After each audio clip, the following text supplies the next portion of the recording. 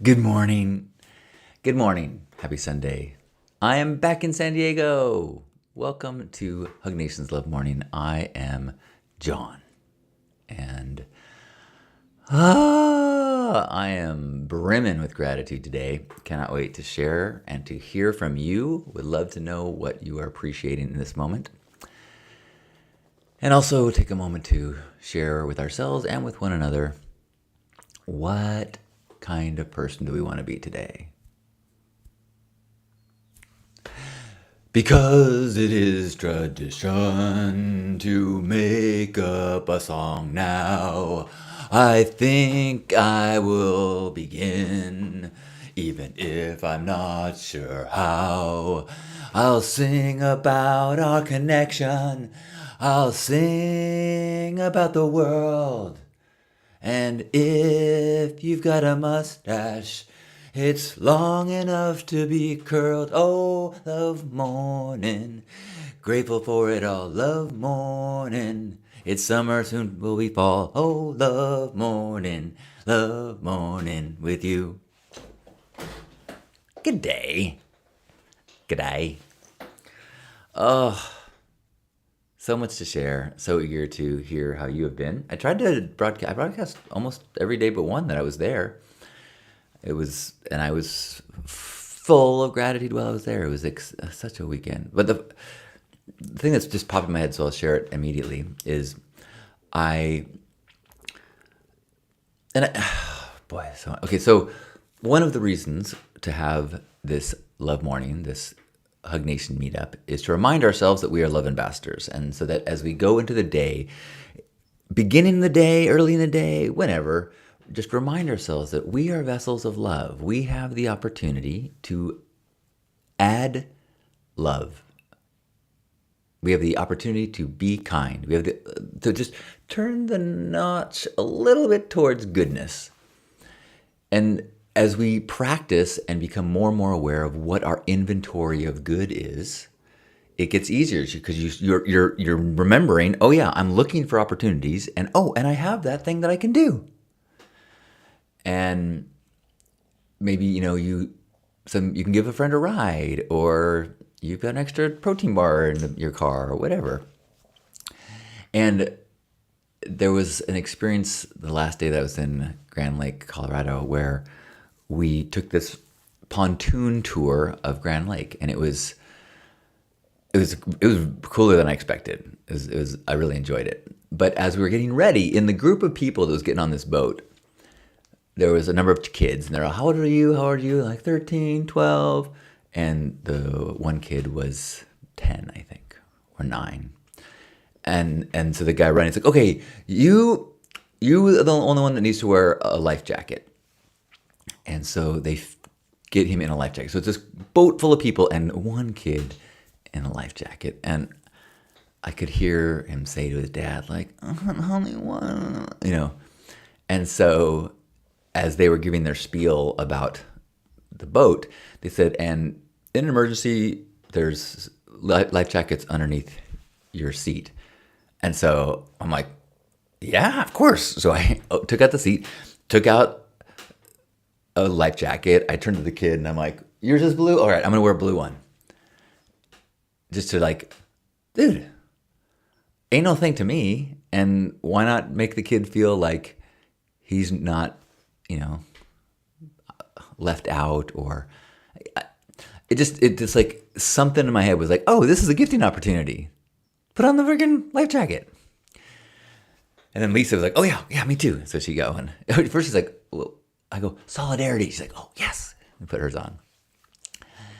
And I didn't learn until yesterday that apparently there was a boat accident in Lake Tahoe with multiple fatalities, and the only people that survived were the ones wearing life jackets.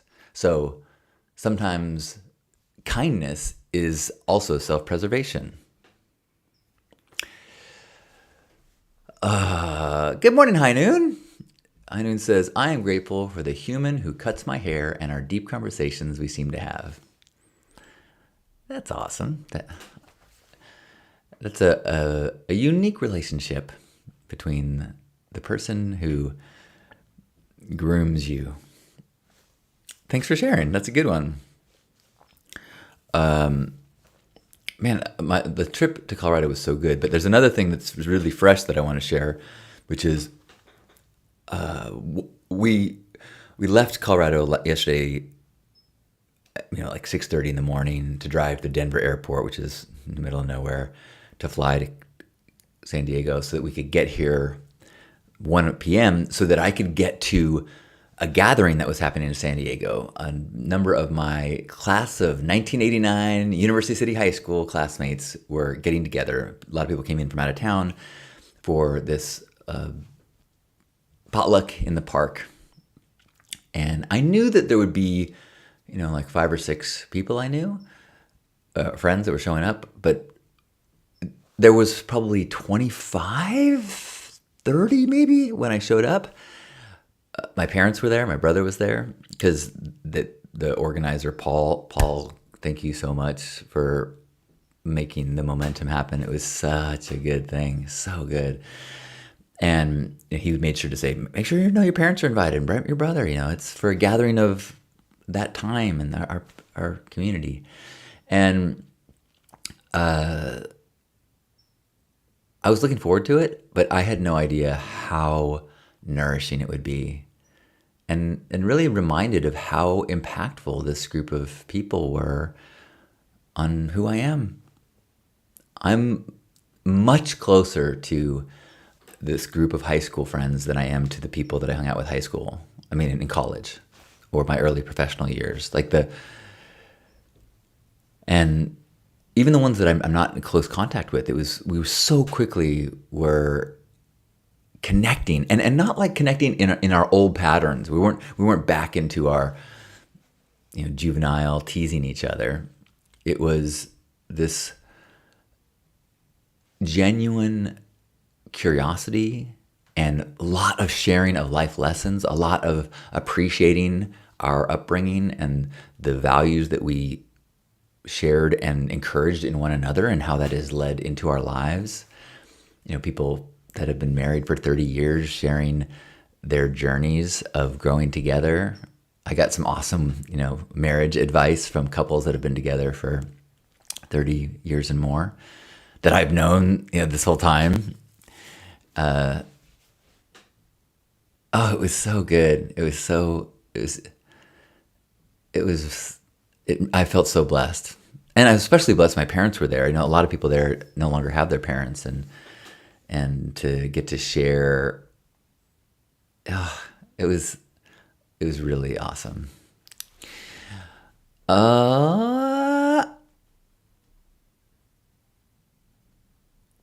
Haim Noon says, one of the reasons why I wear a helmet snowboarding and biking is to kind of role model that. And monkey see, monkey do. Heidi, good morning. Heidi says, I appreciate the beautiful weather and the smell of summer in the air.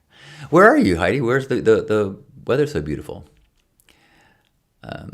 Good morning, Derek. Good to see you. Nice to see you live. Derek says, good morning. I'm grateful for starting my chores for the day. Awesome. I'm grateful. We got a brunch with a friend, Lisa and I, and a friend coming up. I'm grateful for a bunch of just inspiration that has been swirling around and in while I've been gone and coming home. I've got a whole fake, well, that could be fake. It's a whole product line startup company that I made a pitch deck for, and I'll share when it's ready. I did little 5-minute interviews with Lisa's family members, and I want to edit those. Those aren't public. Those are just time capsules. I think it's so valuable to record a few minutes of a child at different ages, not even for the answers, although it's interesting to hear who their friends are and what sports they like, but also just to see the mannerisms. I don't think it exists anymore, but I remember I have a video of myself in 6th grade talking about what I do at school, and it's so trippy to see the energies in my body and the awkwardness and the insecurities that is just I have a feeling the videos that I took of my future niece and nephew-in-laws that they will cringe in like 3 years when they watch it. And then in 15 years or 20 years when they watch it, they will just be like, oh. So I'm also so grateful the time I got to spend with future in-laws. It was such cool people. Really, I'd met Lisa's brother and sister-in-law before and loved them. But this was the first time I got to spend time and really hit it off. And in fact, that fake product, or depending, the startup company was me and Kate, my future sister-in-law. And it was she's very quick and bright. And we were like riffing, and like, it was fun. It's the kind of thing that I do with my brother, where, we just like an idea, we were laughing and bouncing ideas and playing it straight. Like we had like fake investor pitches that we did, and yeah. So a lot of gratitude for these beautiful people and the beautiful place. Oh my God, the Colorado I love it there. Love visiting there, and the Rocky Mountain National Park road. It's just like is one of my favorite things. Anyone else want to share any gratitude today? Anyone want to share anything that they are appreciating in their world, or something that's happened, or something they're looking forward to, or just a thought? I didn't put any oil on my beard today, so it's been kind of like I keep trying to make it not tickle me. I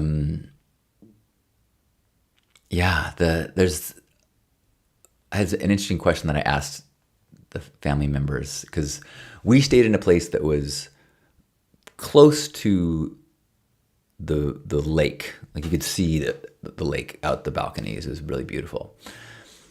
And I asked, like, would you rather have a house on the lake or on the mountain looking down on the lake? What would your answer be? My thought was, I'd like to be on the mountain looking down. One, I'm not like a super water sports person. And two, there's something about an expanse, looking out at an expanse, that just really does something to my nervous system.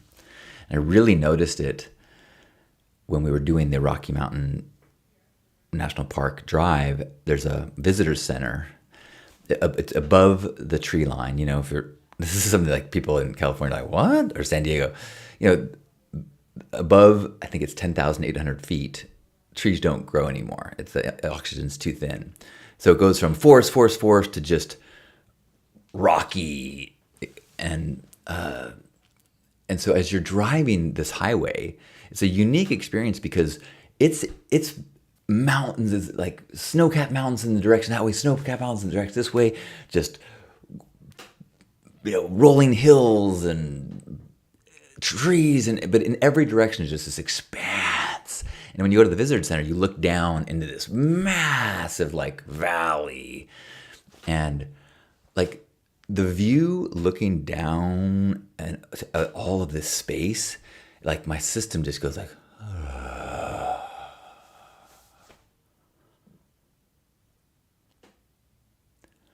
I think it's one of the reasons why I love where I live right now, and I've got a canyon behind me, so I do have an expanse behind that I'm settling into, all day long. Heinen says, I want to be kinder to myself. I like that as a directive for this day. Me too. I want to be kinder to myself. I want to spend more time feeling good about self-care of my body rather than being frustrated about injuries. I finally made an appointment with the doctor to deal with, I think I have a tear. It's been 2 months. It's getting worse, not better. I have a slight one in my left, but a pretty bad in my right. And I want to practice using these as reminders of how many ligaments and tendons and joints are pain-free and fully functional. And even with these pains, I have workarounds. People can help me lift heavy luggage. I'm so grateful. Heinun says, I would love to have a mountainside home so I can make a public snow and bike park, and you need a hillside to do so. All right. I look forward to shredding, or at least enjoying the view at your future home. Derek says, is there a dock on that lake to park a boat, and is there fish in the lake? If there's both, I prefer a house on a lake. All right. Yeah, I think if you got a lakeside home, you definitely have a dock. And let's say there is fish. You know what I learned? I learned that I learned a little bit about moose hunting. You have a limit of one moose that you can kill per lifetime. And as it stands now, I still have one. I've got an unchecked box. So I've now got something new for my bucket list, kill a moose. And so while I was in Colorado, anytime I heard like rustling outside, I would grab a steak knife and run outside and see if I could bag my one moose. But I'm kind of lucky that I didn't, because I learned from my friend Paul yesterday, who is very involved with forestry, and he said, like, well, you put into a lottery every year, and a very small number of people win a lottery spot that they are allowed to kill one moose. But once you get if you win the lottery, you no longer eligible. So it's not like everyone gets to kill a moose. Everyone is eligible to get a pass or a license once to kill a moose. So, I am so glad that I didn't jump atop and brutally murder a moose. I'm just kidding. There was no fucking way that I would ever do that. But I do like the visual of me charging a moose with a knife in my hand. Good morning, Chris. Chris says, I'm grateful my father accepted the fact that he won't be going home from his rehab facility, and that it's time in life to move into an assisted living community. My brothers and sisters and I are relieved and grateful. Ooh, that is... Thank you for sharing that. That is... I can only imagine all the stuff, all the emotions, all the conflict and surrender and bitterness and letting go that has to happen for that. You know, my parents are both doing great and they live together, but we've had talks. In fact, they've prepared their home so that as their capacities diminish, they will move their bedroom downstairs and the upstairs will be available for a caretaker. And at this stage, they are, awesome. They can do anything. They travel, they cook, they witty enough to bust my chops. I saw them yesterday. But I've talked to many friends, and it's also, you see it on TV all the time. That's a really, I can only imagine what it is like to have to face a reality like that.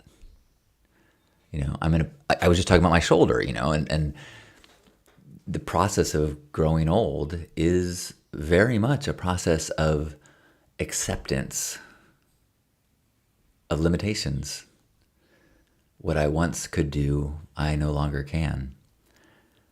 got to talk with Denny, my future father-in-law, about that on this trip. He's celebrating his 80th birthday, and he did the hike to the waterfall that we all did. He did, everything that we did. There was one time when we were at the visitor center. He goes, I'm just going to sit in the car, you guys. And when there was a time when we were, he was teaching his grandkids how to skip rocks. But afterwards he was like, I can't do what I once could. My ability to throw, my thought was like, man, I my goal is to be able to be as active as he is at 80, and my parents are in their 80s. Like, that would be awesome to me. But it's different for me to look forward and be like, oh, I hope I still have that, to be in that place and be like, I remember when I could do this thing I can't anymore. That would be either a lot of suffering or a profound spiritual growth experience, probably both. Ram Dass famously had a stroke and spoke and wrote about it a lot, and about what an act of grace it was, but a hard-earned chapter of learning. Chris says his dad said, I guess I don't have a choice, do I? God grant me the serenity to accept the things I cannot change, the courage to change the things I can, and the wisdom to know the difference. As I said that, the things that popped in my head is like, I have the ability to do more physical therapy than I'm doing. I could be consistent. I could be taking care of this body in a better way. I need to have the courage to change the things I can, so that I don't get to a point where I have to embrace the wisdom of acceptance that my body doesn't work as well as I would like it to. Any last gratitudes before we head into this lovely Sunday? Oh, I appreciate you. Oh, here's a little sneak preview thing. Stay Sparked has a sponsor. I've talked about it in the past, but this Lucid adaptogen mushroom-based coffee, chai, cocos. It's a brand that Betsy and I both use it and love it. And so we contacted the people at Lucid, who we happen to have connections to, and said, we want you guys to sponsor Stay Sparked. And they're like, that's awesome, let's do it. So congrats to Stay Sparked for having our first sponsor.